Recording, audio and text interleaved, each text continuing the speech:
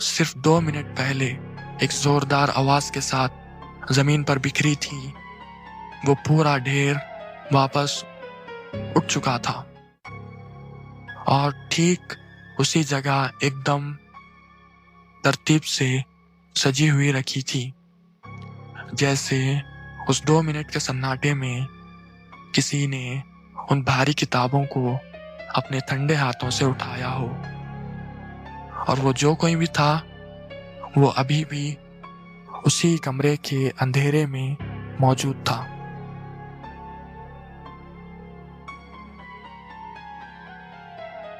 اس نے کانپتے ہوئے ہاتھوں سے اپنا فون اٹھایا اور جیسے ہی وہ مڑنے والا تھا اس کی نظر کمرے کے آخری کونے پر گئی۔ 2 لال خون سے بھری ہوئی آنکھیں، وہ آنکھیں جھپک نہیں رہی تھی۔ دھیرے دھیرے فلیش لائٹ کی روشنی میں وہ شکل اندھیرے سے باہر آئی۔ اس کی سکن جلی ہوئی اور کوئلے جیسی کالی تھی، بالوں کا گچھا زمین پر رینگ رہا تھا، لیکن سب سے خوفناک چیز، جب روشنی اس عورت کے پیروں کی طرف گئی تو لڑکے کی روح جسم چھوڑنے لگی۔ اس عورت کے پیر پیچھے کی طرف مڑے ہوئے تھے، اس کی ایڑیاں آگے کی طرف تھی اور انگلیاں ٹھیک پیچھے کی طرف۔ وہ بلا سالوں سے ٹھیک ان کے اوپر ان کے سونے کا انتظار کر رہی تھی۔ وہ کالی عورت اپنے ان الٹے پیروں پر ایک قدم آگے بڑھی۔ لڑکا چیختا ہوا پلٹا اور اندھا دھند بھاگا۔ گپت اندھیرے میں اس کا پاؤں پھسل گیا، وہ سیڑھیوں سے بری طرح لڑکتا ہوا نیچے گرا۔ خون نکلنے لگا تھا، پر موت کا ڈر درد سے بڑا تھا۔ وہ گھسیٹتا ہوا اپنے کمرے میں گھسا اور دروازہ لاک کر دیا۔ صبح ہوتے ہی گھر والے دہشت میں تھے، انہیں لگا یہ دیواریں ہی اس نیگیٹو انرجی کا گھر ہے۔ انہوں نے اپنا وہ برسوں پرانا گھر جڑ سے توڑ دیا، پورا ملبہ ہٹا دیا گیا اور وہ ایک نئے روشن اور سیف گھر میں شفٹ ہو گئے۔ یہ ان کا ریلیف تھا، پر یہ ان کی سب سے بڑی غلطی تھی۔ انہیں نہیں معلوم تھا کہ بلائیں مکان کی اینٹوں سے نہیں، انسان کے ڈر سے جڑی ہوتی ہے۔ نئے گھر میں شفٹ ہونے کے بعد 7 دن اچھے سے گزرے۔ 8ویں دن کی رات، وقت تھا ٹھیک 3:15۔ لڑکے کی آنکھ کھل گئی۔ اس کا جسم لکوے کا شکار ہو چکا تھا، وہ نہ ہاتھ ہلا سکتا تھا نہ چیخ سکتا تھا۔ کمرے کی تازی مہک دھیرے دھیرے سڑے ہوئے گوشت کی بدبو میں بدلنے لگی۔ اس نے اپنے بستر کے ٹھیک آخری حصے پر ایک بہت بھاری وزن محسوس ہوا۔ وہ چیز روئی کی طرح دبے پاؤں اس کے پیروں سے ہوتے ہوئے اس کی چھاتی کی طرف آگے بڑھ رہی تھی۔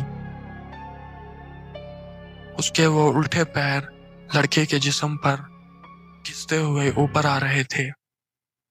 وہ عورت ٹھیک اس کی چھاتی پر آ کر بیٹھ گئی اور اس نے اپنے برف جیسے ٹھنڈے ہاتھوں سے اس لڑکے کا گلا پوری طاقت سے دبوچا۔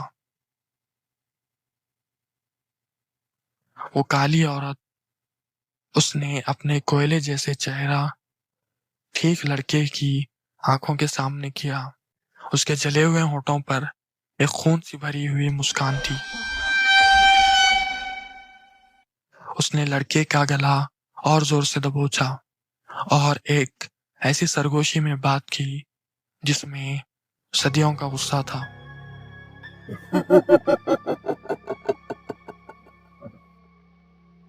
تو نے میرا گھر کیوں توڑا؟ تیری ہمت کیسے ہوئی؟ اب مجھے تیرے اس گھر کے بدلے میں تو چاہیے۔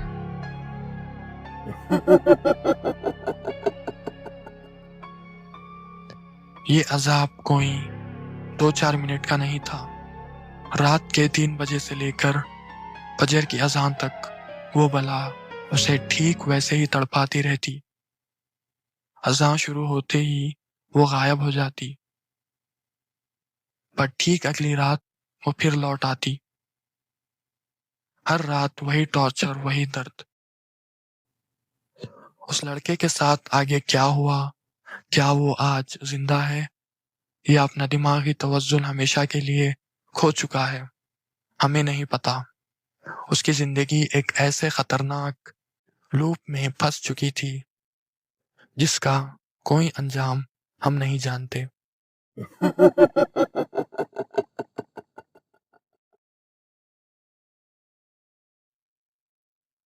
آج کا سفر یہیں تک تھا۔ سونے سے پہلے آیت الکرسی ضرور پڑھ لیجئے گا۔ اللہ حافظ۔